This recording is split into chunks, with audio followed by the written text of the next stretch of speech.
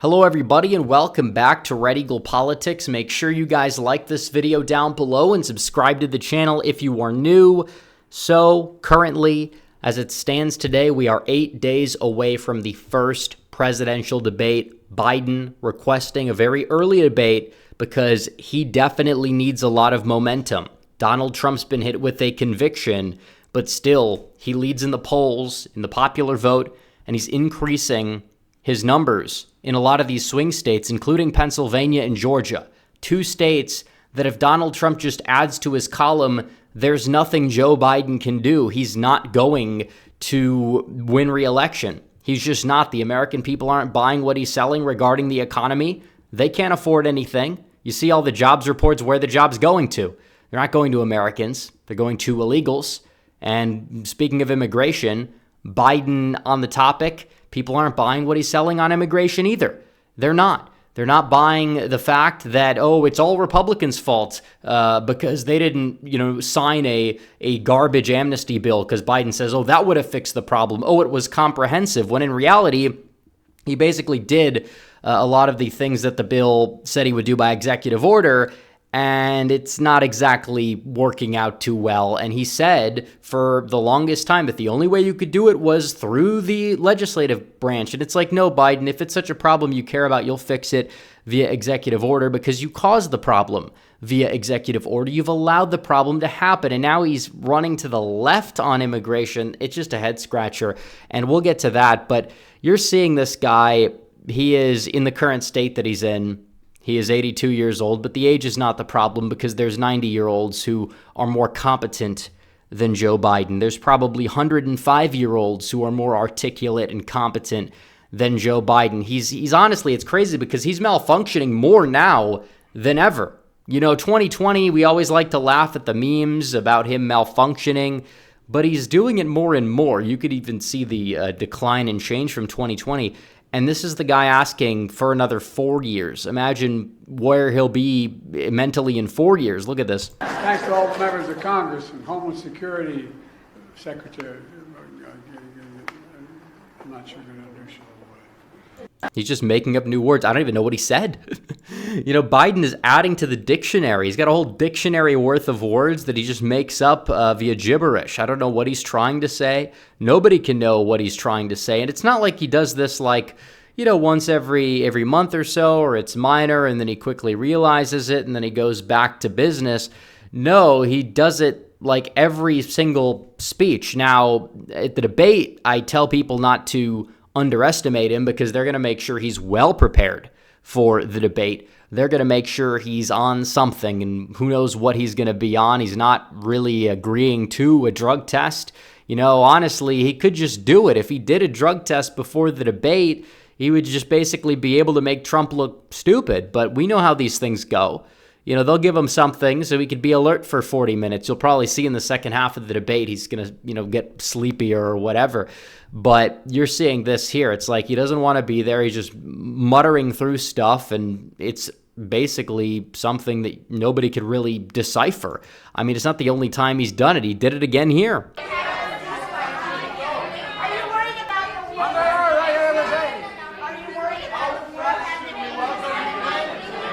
Okay, he's asked questions. He lashes out in gibberish at a reporter here.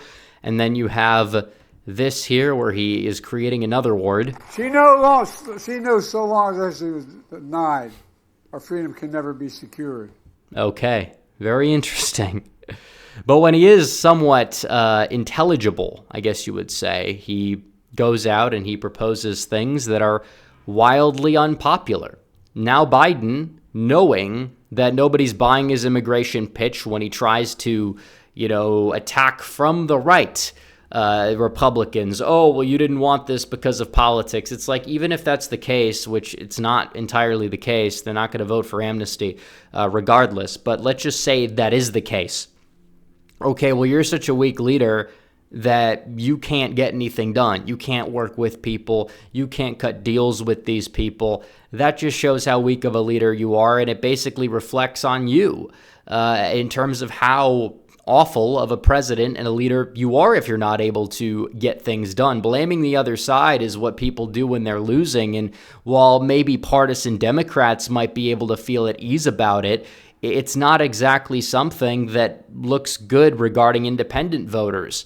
But you look at what he's trying to do on immigration here. He's now trying to propose amnesty and trying to get, amnesty through. He's trying to add to DACA. And we'll listen to this clip here. The action I'm announcing today will go into effect later this summer.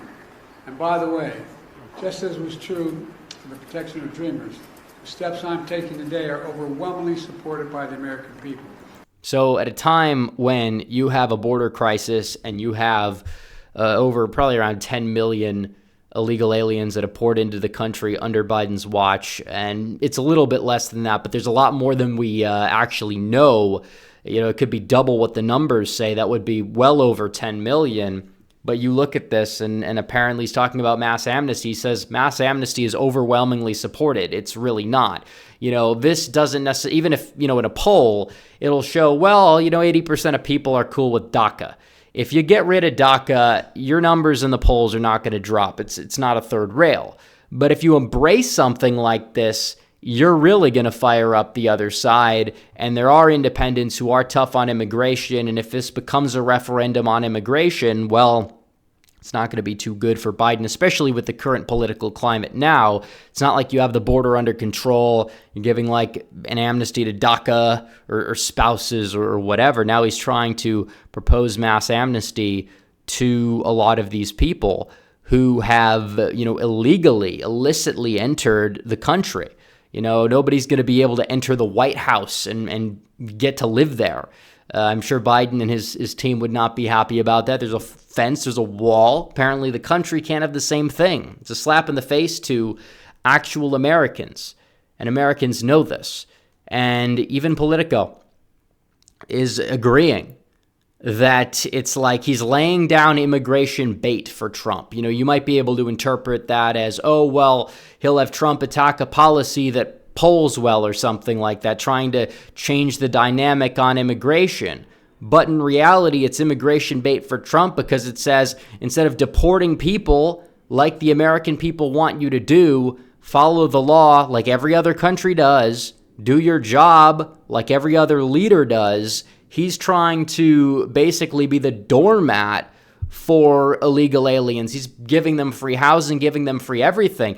Basically, Trump talking about immigration is going to be more than enough to get him the leg up on Biden in this election. You want to be talking about immigration. There's really four main issues here. There's the immigration issue. There's the foreign policy issue. There's the, economy issue. And technically the crime issue as well is another one. But those are the four topics that Trump just needs to hammer home between now and Election Day, and he's going to win decisively. I mean, there's no question about it. And people want to say, what about the Hispanic vote or whatever? Biden will get a rebound if Trump's going to be tough on immigration. The opposite is true. Biden is struggling among Hispanic voters in part because he's woke, but also in part because Trump's immigration policies were actually really popular among Hispanics. The Hispanics that vote tend to be legal citizens. A lot of them are second and third generation. A lot of them have English now as their first language, even if they do speak some Spanish.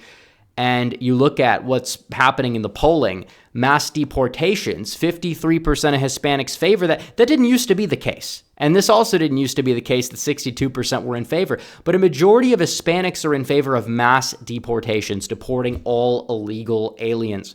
That is astounding. You didn't see that during the Trump years. But people now realize that Trump was actually just really good on the issue and was enforcing the law. Even when it comes down to profiling, which you would say, this is a little bit of a leading question, but you talk about that, 57% of Hispanics support it. More detention centers, which again, this one's a little bit underwater. It really depends on how you define it, because I feel like a lot of people would rather have deportations instead of whatever they would perceive to be detention centers. Hispanics are actually a little bit more likely than the general public to be in favor of that, and this is according to the CBS poll. So regardless of however you want to look at it, this is a winning issue for Donald Trump. even among the demographics that we were told that he wouldn't be able to win. Remember back in 2016 because, he made the Hispanics upset and he got more of the Hispanic vote than Mitt Romney. And then he got in the mid-30s in 2020, probably gets more in 2024 than George Bush got in 2004 when he did very well, getting like 40%, around there. Trump doing better, actually, in most polls. But when you look at what happened, we got to talk about last night before the video is over. We had another slate of primaries. You had Georgia, the runoffs, the Trump-endorsed candidate, Brian Jack, defeating the more establishment candidate, Mike Duggan, no relation to the Detroit mayor, by 25 percentage points there in the state of Georgia in the 3rd congressional district. The incumbents basically held on in Oklahoma, and then you had Virginia. And you had Hung Cao, the front runner for the Senate primary. He did very well. He won 62% of the vote. He won everywhere. He's a very strong candidate. Is he going to be able to go out there and knock off Tim Kaine?